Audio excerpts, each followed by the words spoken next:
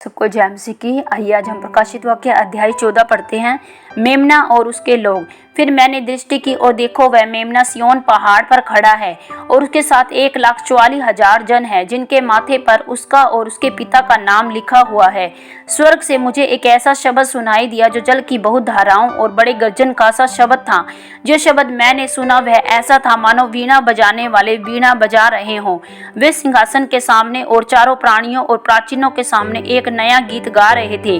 उन 1,44,000 जनों को छोड़ जो पृथ्वी पर से मोल लिए गए थे, कोई वह गीत न सीख सकता था। ये वे हैं जो स्त्रियों के साथ अशुद्ध नहीं हुए थे पर कुंवारे हैं, वे उसके पीछे हो लेते हैं। ये तो परमेश्वर के निमित्त पहले फल होने के लिए मनुष्य में से मोल लिए गए हैं। उनके मुंह से कभी झूठ न निकला था, वे निर्दोष हैं।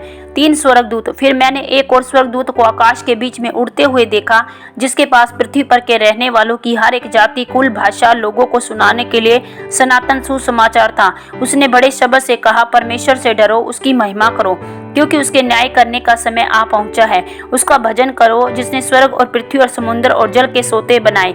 फिर इसके बाद एक और दूसरा स्वर्गदूत यह कहता हुआ आया, गिर पड़ा वह बड़ा बेबीलोन, गिर पड़ा, जिसने अपने व्यभिचार की कोप में मदिरा सारी जातियों को पिलाई है।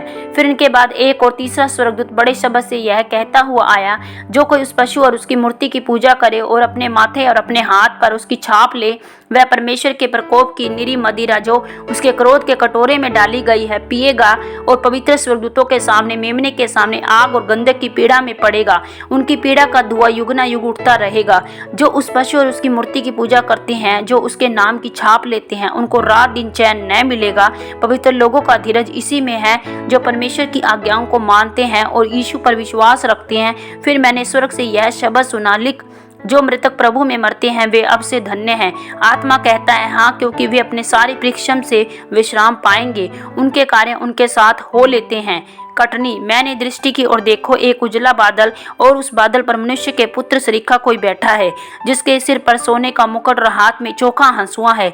फिर एक और स्वर्गदूत ने मंदिर में से निकलकर उससे जो बादल पर बैठा था बड़े शब्द से पुकार कर कहा, अपना हंसुआ लगाकर लवनी कर, क्योंकि लवने का समय आ पहुंचा है, इसलिए कि पृथ्वी की खेती पक चुकी है। अतः जो बादल पर बैठा था उसने पृथ्वी पर अपना हंसुआ लगाया, पृथ्वी की लवनी की गई। फिर एक और स्वर्गदूत उस मंदिर में से निकला जो स्वर्ग में है, उसके पास भी चोखा हंसुआ था। फिर एक और स्वर्ग जिसे आग पर अधिकार था वेदी में से निकला, जिसके पास चोखा हंसुआ था। उससे ऊंचे शब्द से कहा, अपना चोखा हंसुआ लगाकर पृथ्वी की दाखलता के गुच्छे काट ले, क्योंकि उसकी दाख पक चुकी है। तब उस स्वर्गदूत ने पृथ्वी पर अपना हंसुआ लगाया और पृथ्वी की दाखलता फल काट कर अपने परमेश्वर के प्रकोप के बड़े रसकुंड में डाल दिया, और नगर के बाहर उस रसकुंड में दाख रोंदे गए, और रसकुंड में से इतना लहू निकला कि घोड़ों के लगामों तक पहुंचा और 100 कोस तक बह गया। आमीन। प्रभु आप सबको प्रकाशित वाक्य सुने जाने और पढ़े जाने पर बहुतायत से आशीष और बरकत दे। सबको जय मसीह की।